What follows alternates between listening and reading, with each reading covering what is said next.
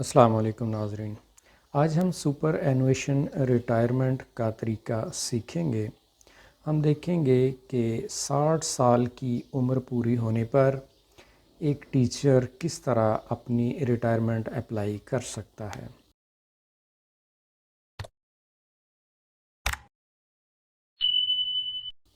इस मकसद के लिए हम sedhr.punjab.gov.pk पर लॉगिन करेंगे। लॉगिन करने के बाद ये मेन पेज है। इसमें हमारे पास ऑप्शन मौजूद है रिटायरमेंट एंड पेंशन। इस मेन्यू में जाके पहली ऑप्शन इनिशिएट रिक्वेस्ट को हमने सेलेक्ट करना है, यानी हमने रिटायरमेंट के लिए अप्लाई करना है, रिक्वेस्ट भेजनी है। इस ऑप्शन को सिलेक्ट करने पर हमारे पास जो अगला पेज ओपन होगा वो रिटायरमेंट के बारे में है। इस पेज में हमारे सामने 3 ऑप्शंस हैं। रिटायरमेंट के 3 तरीके हैं। पहला ऑप्शन है सुपर एनुएशन, यानी एज 60 इयर्स हो गई। दूसरा तरीका प्री मेच्योर, 60 साल की उम्र से पहले रिटायरमेंट अप्लाई करनी है उसके लिए। तीसरा तरीका है इनवैलिड या मेडिकल ग्राउंड पर रिटायरमेंट लेनी है।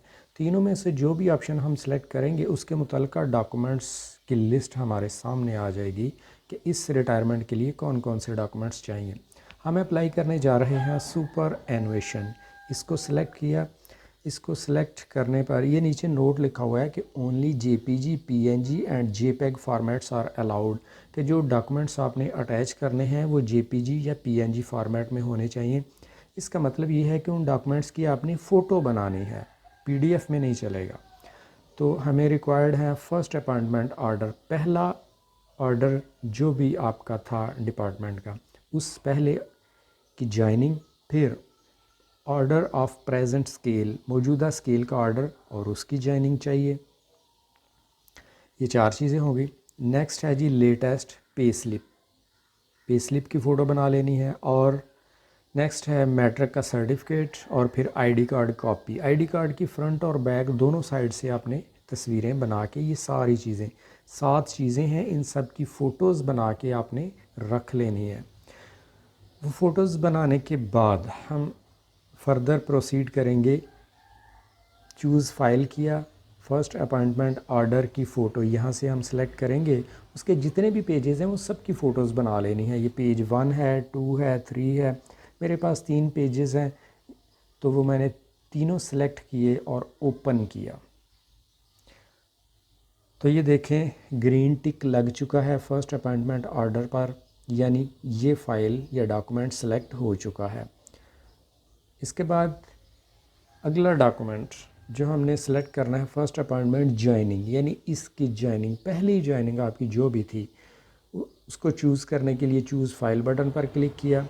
यहाँ से उसकी पिक पर आ जाएं, उस पर क्लिक किया, सिलेक्ट हो गई, ओपन किया। ओपन करने पर आप देख सकते हैं कि ये भी ग्रीन हो चुका, ग्रीन टिक लग गया इस पर। अगला डॉक्यूमेंट है ऑर्डर ऑफ प्रेजेंट स्केल। आप इस वक्त जिस स्केल पर काम कर रहे हैं उसका ऑर्डर, फिर उसकी जॉइनिंग सेलेक्ट करेंगे, फिर पे स्लिप सेलेक्ट करेंगे। पे स्लिप मैंने एक पीडीएफ में अभी सेलेक्ट किया, यहाँ पर तो टिक लग गया लेकिन आगे जाके इसका एरर आएगा, ये याद रखें, पीडीएफ में नहीं चलेगा। इसी तरह आप बाकी डॉक्यूमेंट्स जो जो भी रिक्वायर्ड हैं वो चूज़ करें, यहाँ से आके सेलेक्ट करें। ये मैट्रिक का सर्टिफिकेट आ गया। उसके बाद आईडी कार्ड की कॉपी, उसकी दोनों साइड्स की आपने फ़ोटो बना के रखनी है। एक साइड शिफ्ट के साथ दूसरी को भी सिलेक्ट कर लें। दोनों साइड्स या दोनों फ़ोटोज़ सेलेक्ट हो गई। आईडी कार्ड की फ़्रंट और बैक दोनों को सिलेक्ट करने के बाद ओपन का बटन क्लिक किया, ये भी सिलेक्ट हो गया।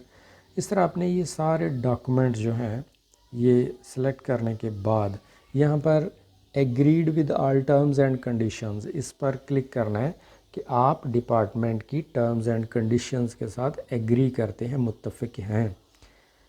ये चेक मार्क लग गया। जब ये चेक मार्क लग गया तो दाएं तरफ ये नीचे जाके सबमिट का बटन है, यानी मेरी एप्लीकेशन सबमिट हो जाए। इस पर क्लिक करने पर ये दोबारा कह रहा है कि please attach order of present scale, please attach order of present scale joining. ये दो चीज़ें मैंने सेलेक्ट नहीं की थी, तो वो कह रहा है कि वो भी सिलेक्ट करें, यानी कोई डॉक्यूमेंट कम नहीं होना चाहिए। 7 चीज़ें उसने रिक्वायर्ड की हैं, तो वो सातों की सातों चीज़ें यहाँ से आपने अटैच करनी है जेपीजी फॉर्मेट में, यानी फ़ोटो बना के अटैच करनी है। सारी चीज़ें सेलेक्ट हो गई, ग्रीन टिक लग गई, एग्री कर लिया, तब आपका केस सबमिट होगा। अभी हमने सबमिट का बटन प्रेस कर दिया। ये थोड़ा टाइम लेगा सर्वर पर, आपका ये केस सबमिट होने में, अपलोड होने में थोड़ा टाइम लगेगा। आपका ये केस जाएगा आपके इमीडिएट बॉस के लॉगिन में चला जाएगा, यानी अगर आप हाई स्कूल के टीचर हैं तो आपके हेडमास्टर साहब के लॉगिन में जाएगा। अगर आप प्राइमरी या मिडिल स्कूल के टीचर हैं तो आपके एईओ साहब के लॉगिन में चला जाएगा। जब वो अथॉरिटी आपके इस केस को अप्रूव कर देगी तो फिर उससे हायर अथॉरिटी के लॉगिन में, यानी डीओ साहब, आपके डीओ एलिमेंट्री साहब हैं या डीओ सेकेंडरी या जो भी आपकी अपॉइंटिंग अथॉरिटी थी, उस अथॉरिटी के लॉगिन में चला जाएगा आपके ये केस।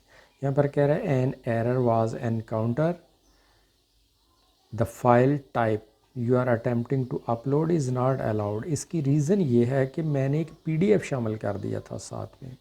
आपने वो पीडीएफ अटैच नहीं करना, बल्कि उसकी पिक बना के जेपीजी फॉर्मेट में सबमिट करना है। उसको दोबारा से आपने पिक बना के सबमिट करना है। मैंने पे स्लिप को पीडीएफ फॉर्मेट में अटैच कर दिया था, ये काम आपने नहीं करना। यानी तमाम डॉक्यूमेंट्स की फ़ोटो होनी चाहिए, पीडीएफ ना हो, और फिर साथ के साथ डॉक्यूमेंट्स पूरे होने चाहिए, तब केस सबमिट होगा। और एक और अहम बात यह है कि अगर आपके किसी डॉक्यूमेंट के पेजेस ज़्यादा हैं, तो सारे पेजेस की फ़ोटो बनानी है और सारे के सारे सबमिट करने हैं। अब यहाँ देख लें एप्लीकेशन स्टेटस पेंडिंग। पेंडिंग का मतलब है कि यहाँ से केस आपका सबमिट हो चुका है। अब ये आपके अथॉरिटी के लॉगिन में चला गया। उनसे आप रब्ता करके उनसे रिक्वेस्ट करें कि आपको मैंने केस अपना सबमिट कर दिया है। वो आपका ये केस चेक करेंगे। चेक करने के बाद अगर कोई कमी बेशी है तो वो आपसे दोबारा मुकम्मल करवाएंगे, अदरवाइज़ वो अप्रूव कर देंगे। केस आपका फॉरवर्ड हो जाएगा आपकी अपॉइंटिंग अथॉरिटी को। अपॉइंटिंग अथॉरिटी ने आपका फिर नोटिफिकेशन जारी करना होता है। ये देख लें जी, आ गया। सबसे नीचे लिखा हुआ है waiting for approval of HM. Headmaster साहब के लॉगिन में जा चुका है आपका केस। अगर ये हाई स्कूल के टीचर का केस है तो हेडमास्टर के लॉगिन में जाएगा, और अगर मिडिल या प्राइमरी स्कूल यानी एलिमेंट्री स्कूल का था तो फिर एईओ साहब के लॉगिन में और फिर डिप्टी साहब के लॉगिन में जाएगा।